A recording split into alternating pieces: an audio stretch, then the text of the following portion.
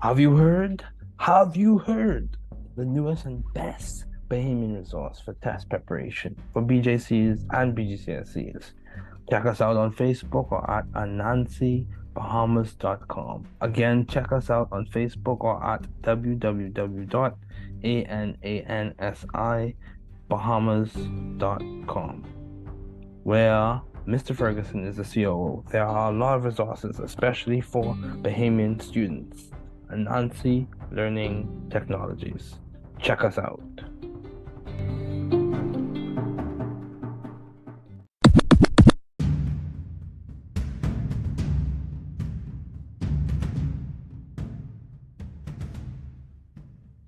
Good morning, students. It is so good to have you in lecture today. This is going to be lecture 6. Again, I'm so excited, so happy, so glad that you are in my class this semester. So just before we begin, I want to read this excerpt because I think it's very important. This is an excerpt from former President Obama's speech on the 50th anniversary of the March in Washington. And it begins, "But the good news is, just as was true in 1963, we now have a choice. We can continue down our current path in which the gears of this great democracy grind to a halt and our children accept a life of low expectations, where politics is a zero-sum game, where a few do very well while struggling families of every race fight over a shrinking economic pie. That's one path, or we can have the courage to change. The March in Washington teaches us that we are not trapped by the mistakes of history, that we are masters of our fate." So that's just a reminder, end quote. That's just a reminder that you must take agency. You must decide. You must make decisions to change. Be the change you want to see. Okay, so let's begin lecture for today. Okay. Just want to remind everyone, you are not alone. This is an academic community. Remember to get help when needed. Reach out to the university services if needed. Never give up. Keep trying. We are here to help you be ethical, intelligent, and successful scientists. However, at the end of the day, you must be responsible, ethical, and hardworking. So as we normally do, I'm going to give you some time and I'm going to let you look at the structure, determine, I want you to tell me the functional groups that you see, the functional groups that you see, the atoms that you see, as well as why do you think this polymer is so significant? Why do you think this molecule, why do you think these features of this molecule are so significant? So I'm going to give you some time to think about those things.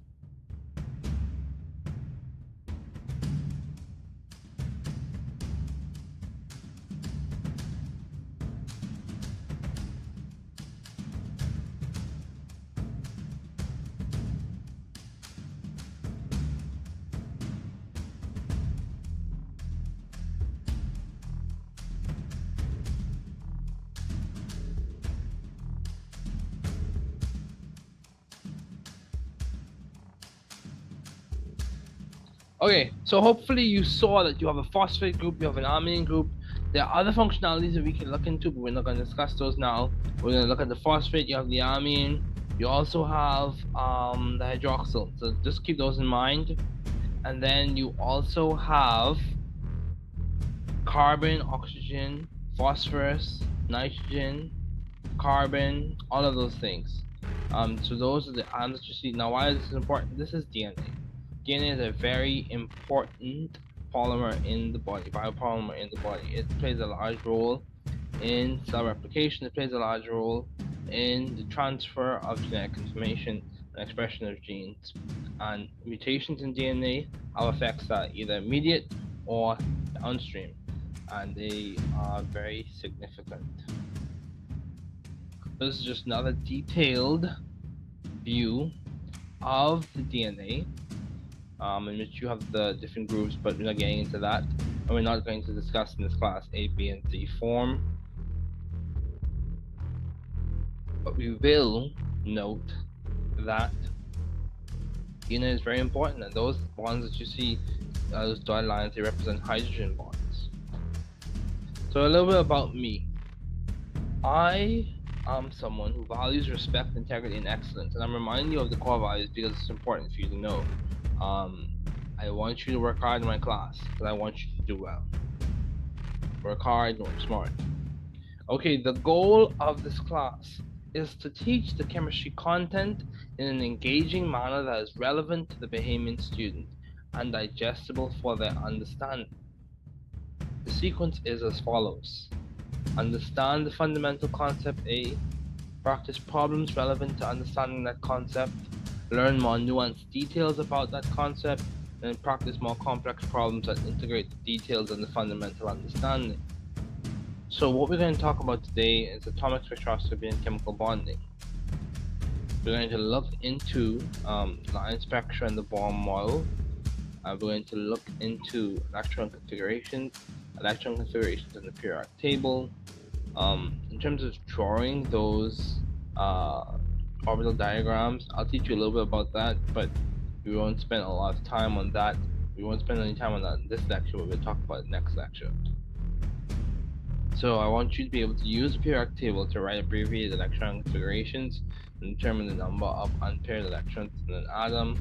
I also want you to be able to understand chemical bonding. So let's look at this periodic table. What do you see? Why is it unique? And what stands out to you?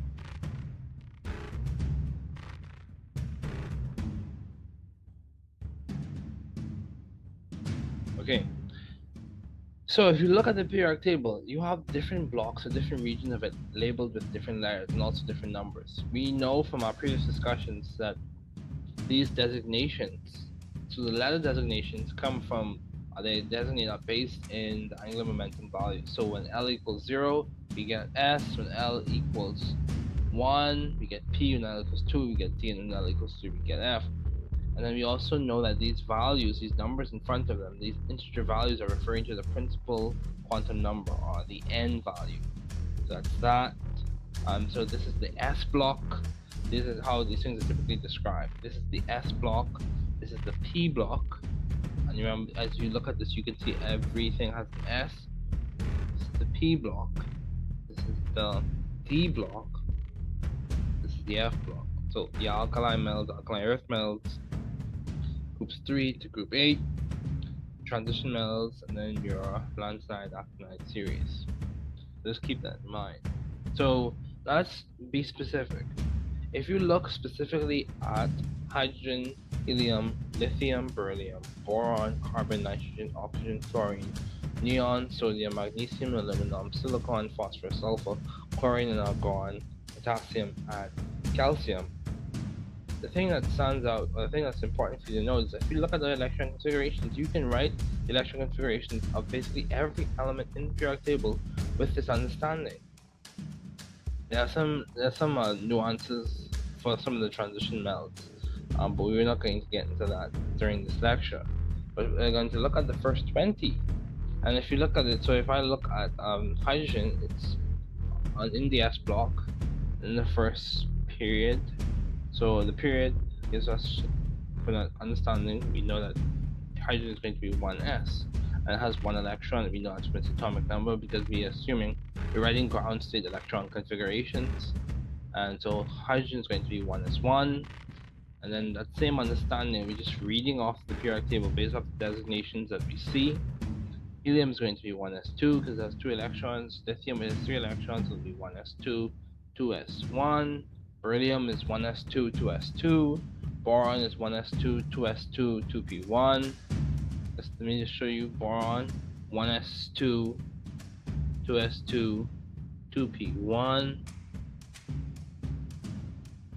This would be 1s2, 2s2, 2p2, 1s2, 2s2, 2p3, 1s2, 2s2, 2p4, 1s2, 2s2, 2p5, 1s2, 2s2, 2p6.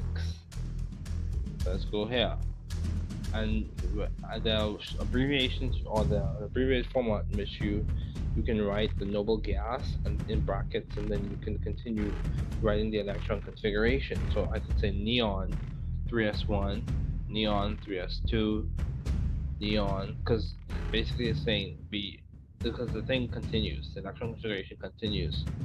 So instead of writing 1s2, 2s2, 2p6, 3s1, I could say neon 3s1, neon 3s2, neon 3s2, 3p1, and so on.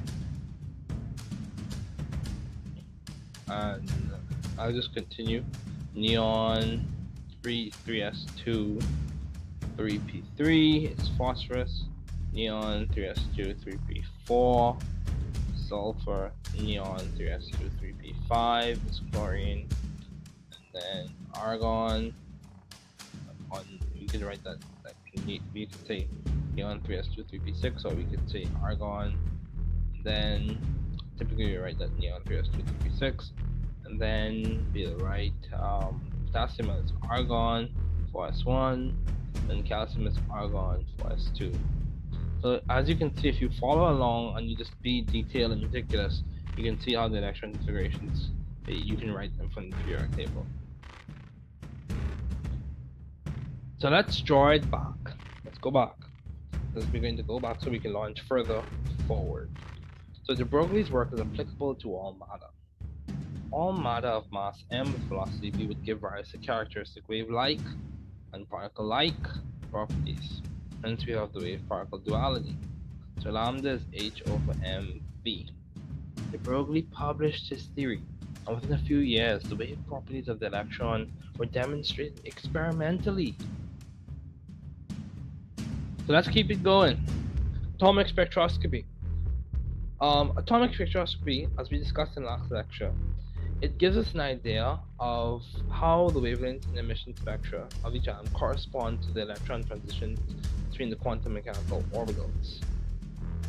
So if we look at this equation, we can see that change in energy is equal to E final minus E initial. And then we also look at Rydberg's equation, or a version of Rydberg's equation, in which we have Rydberg's constant, and of course those values should be squared. For the quantized states, NF and NI, this should be squared. So let's keep it going. How do you create a spectrum? How do you create a spectrum? Well, you create a spectrum. A spectrum is produced when radiation from such sources is separated into its different wavelength components. So what does that say?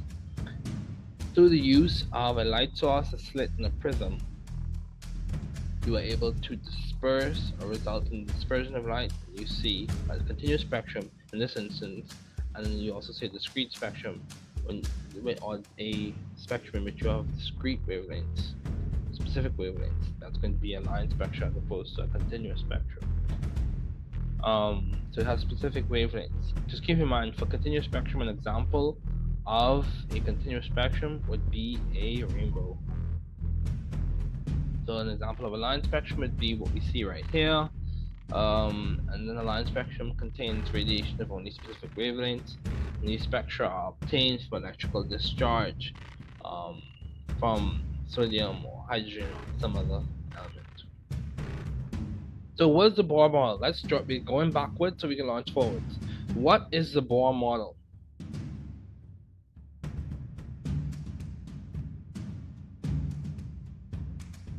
The Bohr model was based on three postulates.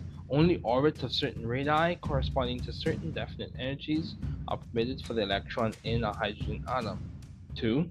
An electron in a permitted orbit has a specific energy and is an allowed energy state. An electron in an allowed energy state will not radiate energy and therefore not spiral into the nucleus. So just keep that in mind.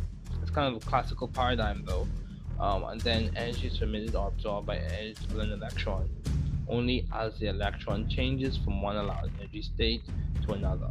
This energy is emitted or absorbed as a photon. E equals h nu. So as we said earlier, if you process these ideas, or if you want to think of these ideas in a sequence, in terms of how the people or scientists came up with them or worked towards them, you can think of Max Planck starting the race, Albert Einstein taking the baton, and then passing it on to Niels Bohr, and then passing it on to Werner Heisenberg, or Niels Bohr passing it on to Schrödinger. So that's kind of a way to think about these concepts through the analogy of a relay. So this is a good point in this video to pause it and also to practice questions on Rydberg's equation. I will assess your understanding of Rydberg's equation. It's very important. It's good to understand. It ties well with the Bohr's model. So I want you to understand this equation. So please practice it. I will release a practice problem video, another one, problem solving session video that covers a wide range of problems.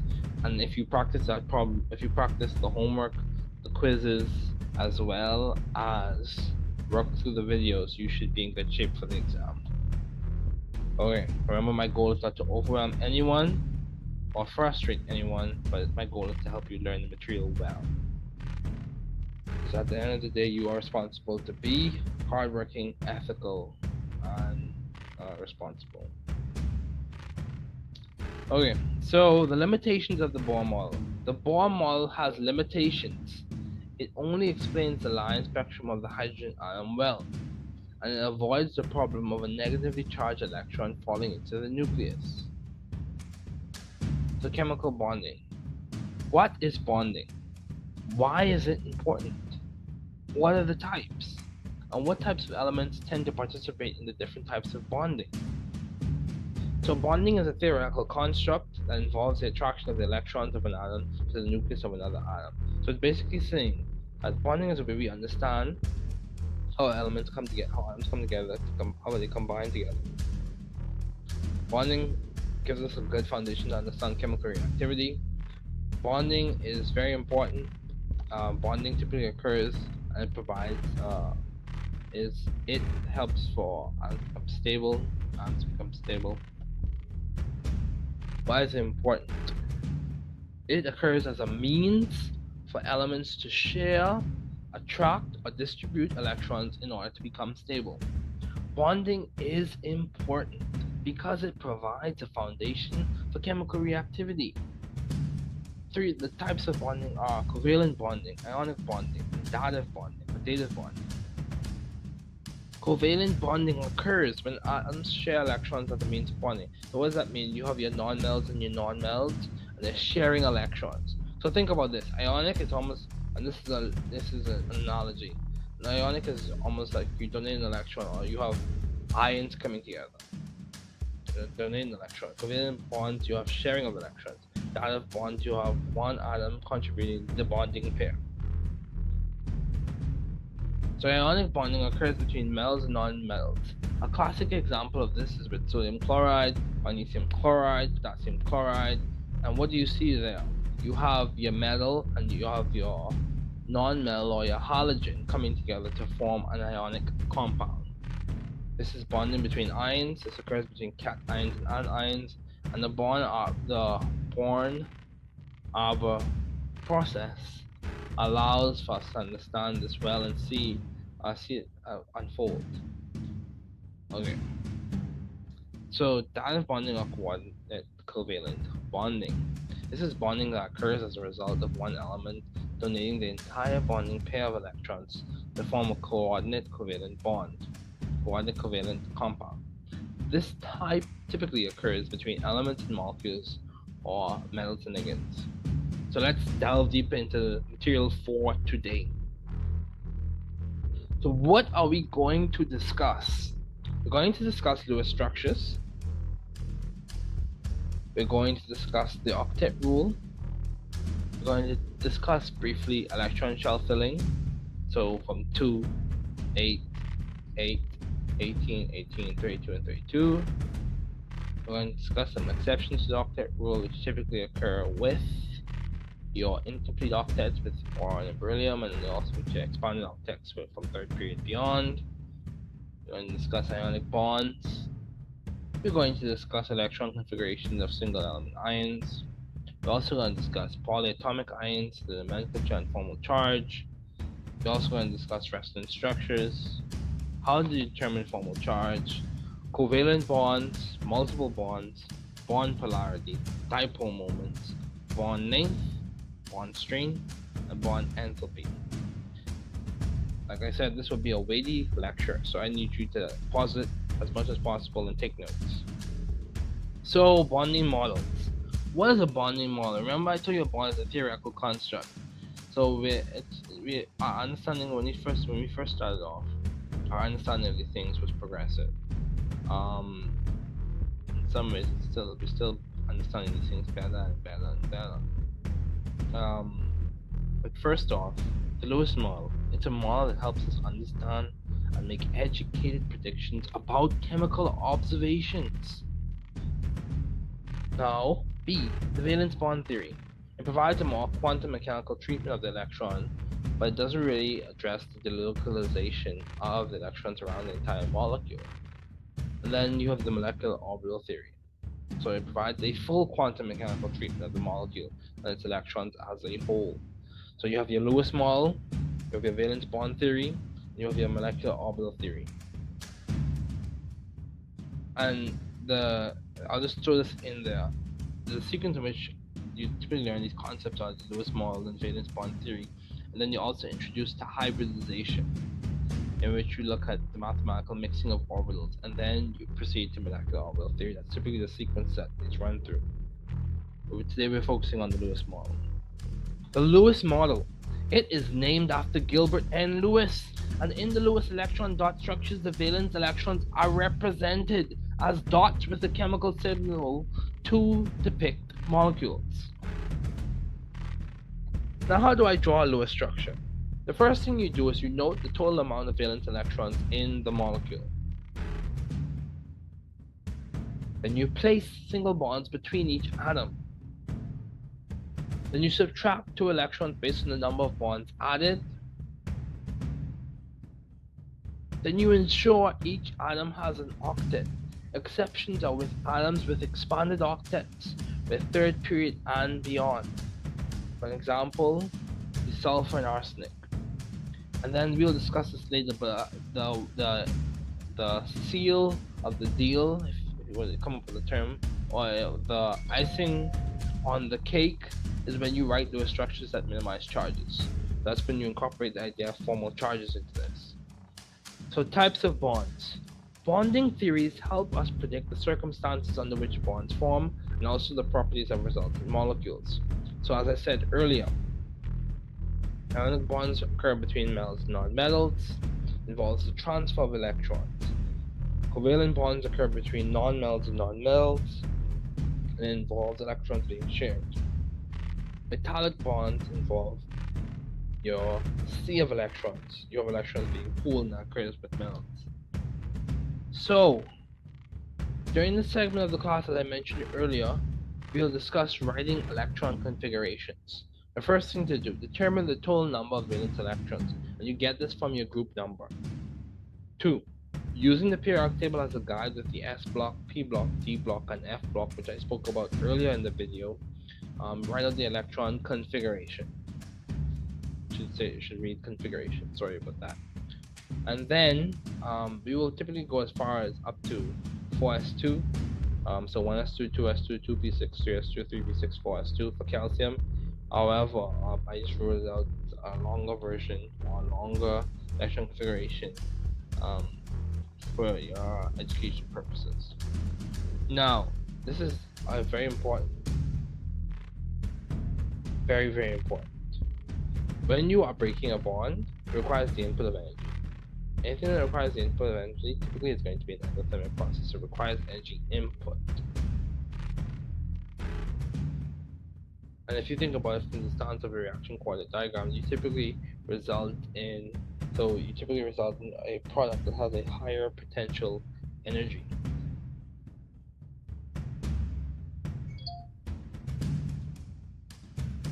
Now bond forming is exothermic because energy is released, and typically results in a product that has a lower potential energy if you look at the reaction coordinate diagram. So just keep that in mind. Think about that, pause the video, think about that, and say, why does this make sense? Or how can this make sense to me? Okay, Born-Haber cycle. Now typically in the Born-Haber cycle, which is the process that we note when we are looking at how a crystalline lattice of an ionic compound forms, you have your metal going from solid to gaseous, and then the halogen going from atoms to molecules. The metal is then ionized, gaseous halogen or non-metal is ionized as well, and then it's combined to form the crystalline lattice. So lattice energies become less exothermic with increasing ionic radius. And we can go deep into that, but I just want you to look at this for face value for now. Because we can talk about polarizability and all of those things and how electron clouds are affected, but we're going to talk about that now. Lattice energies become more exothermic, more negative, with increasing magnitude of ionic charge. A lot of these ideas are based or have a pillar in Coulomb's law. Okay, so ionic compounds in medicine. Ionic compounds are used in medicine to strengthen teeth and even as antiseptic and disinfectant. So covalent bonds. Covalent bonds involve the sharing of electrons. The shared pair of electrons is called a bonding pair, while a pair associated with only one atom is called a lone pair. Covalent bonds occur with nonmetals and nonmetals. Now let's talk about some exceptions to the octet rule. The octet rule is like the big chief. Salute to the octet rule. However, there are exceptions. Not every situation obeys the octet rule. There are atoms that have energetically accessible d orbitals and can accommodate extra electrons, for example, sulfur and phosphorus. That kind of gives us an understanding as to why they have those particular geometries, whether it be octahedral, sometimes for sulfur, or trigonal bipyramidal, sometimes for phosphorus. So phosphorus pentachloride, for example. Then you also have your expanded octets tend not to occur in second period elements. But also, you need to remember that boron and beryllium have incomplete octets, typically seen. Okay, so let's keep going. Polyatomic compounds. Let's talk about some nomenclature of ionic compounds. Okay, binary compounds contain only two different elements. The names of binary ionic compounds are written as such. You have your name of your cation, your base name of your anion, then the I. So for example, sodium, chloride, magnesium, chloride, magnesium, bromide. So just picture that. Ionic compounds with varying valency, so for example, ferrous and ferric, stannous and stannic, plumbous and plumbic. All of those things, it points to or it shows us that those metal atoms, metal ions have different valencies, resulting in different metal cations, different charges. And for example, iron, if you're writing a compound with a iron 1, for example, you would say iron, and in brackets we have the charge, so we'll have 1, and then the base name of that anion, chlor, and then I, so iron 1 chloride, iron 1, or iron 2 chloride. Okay, so names of molecular compounds. The prefix, and then the name of the base element, and prefix, and the name of the second element, plus I. So, for example, dinitrogen monoxide. So just keep those things in mind. Remember, a molecule is referring to something with more than one atom. The compound is something that has two different atoms. So a molecular compound is basically referring to a substance that's made up of more than one atoms, and those atoms are different. Okay, let's talk about some polyatomic ions. This is adapted from Navaldo Tro's book. So this picture rather is adapted from Navaldo Tro's book. And what we want to note here is you have your nitrate, NO3 minus, your sulfite, NO3, 2 minus, your sulfate, SO4, 2 minus. And what we want to know here is they are polyatomic, more than one atom, and they are also ions. They have charges. So let's keep going. Resonance structures. Why should I care about resonance structures? Why should we care? Resonance structures are structures that provide a description of how the electrons are situated around a molecule. It's almost if we had say a molecule was walking across the road, and we took pictures of it as it walked across the road. So we were accounting for how the electrons were positioned at each point across the road. Now, the thing to remember is Because electrons are moving all around and they're distributed in the electron cloud, noting them, and this is based in or really tied well to the Heisenberg uncertainty principle. We cannot give a complete description just with one resonance structure of the electron distribution in a molecule. You can't note that just because electrons are not just static, they're not just stuck. And that's the reason why a resonance hybrid gives us a good understanding of the real description or real notation of the electrons in an atom. It's one of the best qualitative descriptors of the positions of electrons in a molecule. And also, when you're drawing resonance structures, it's important to note the formal charges. So how do you solve for formal charge? Valence electrons, you look at the valence electrons which you get from your period number, from your group number, excuse me. The valence electrons minus 0.5 bonding electrons minus your non-bonding electrons equals formal charge. So one more time, draw it back.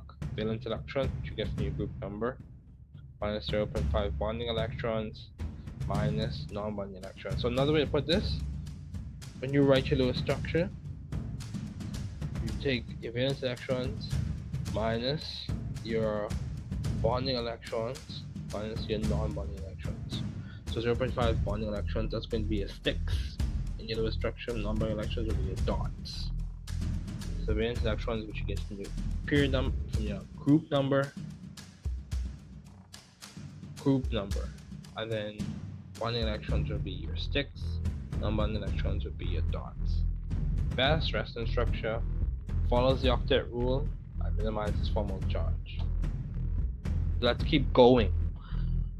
Electronegativity. Electronegativity is essentially the ability of an atom to attract electrons to itself.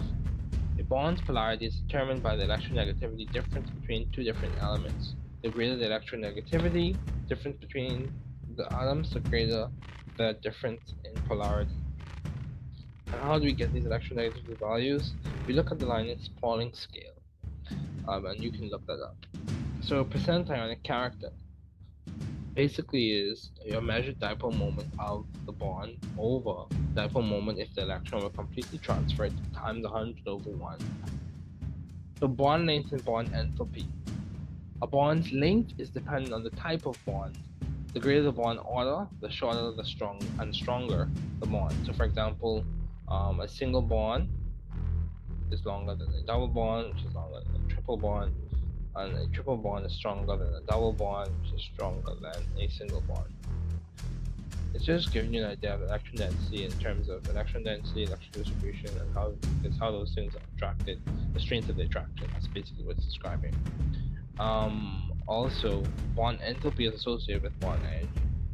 Bond energy is the energy required to break 1 mole of the bond in the gas phase.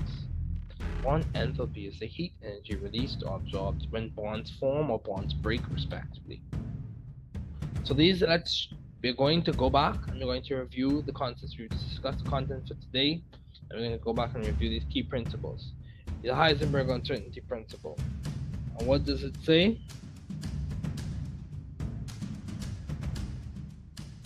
Heisenberg uncertainty principle basically says that the more we know about the position of an electron, the less we know about its momentum at that instant. Pauli's exclusion principle. No two electrons can have the same 4 quantum numbers. Those 4 quantum numbers are N, your principal quantum number, L, your azimuthal or angular quantum number, angular momentum quantum number. Then you have your M sub L, which is your magnetic quantum number.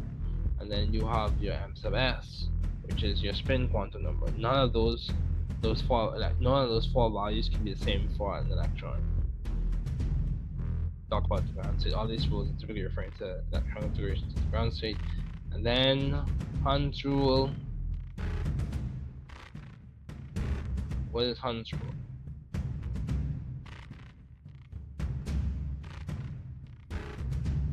When filling the general orbitals, electrons fill them singly first with parallel spins. And then Aufbauer's principle, which comes from the German Aufbauen, which basically describes how we write electron configuration, how we build up from S to P to D to F. and the wave particle duality, which comes from de Broglie's ideas, in which we understand, which stems from de Broglie's ideas, which we understand that matter has both wave-like and particle-like properties. So remember those four quantum numbers, they are solutions to showing this equation. And if you want to read more about these things, we have discussed those in previous lectures. So just remember, these four quantum numbers are very important for this class, and you will be assessed on these. Your understanding will be assessed. So once again, I hope everyone is doing well. I hope everyone is enjoying the class and working really hard. So take care and see you in lecture next week.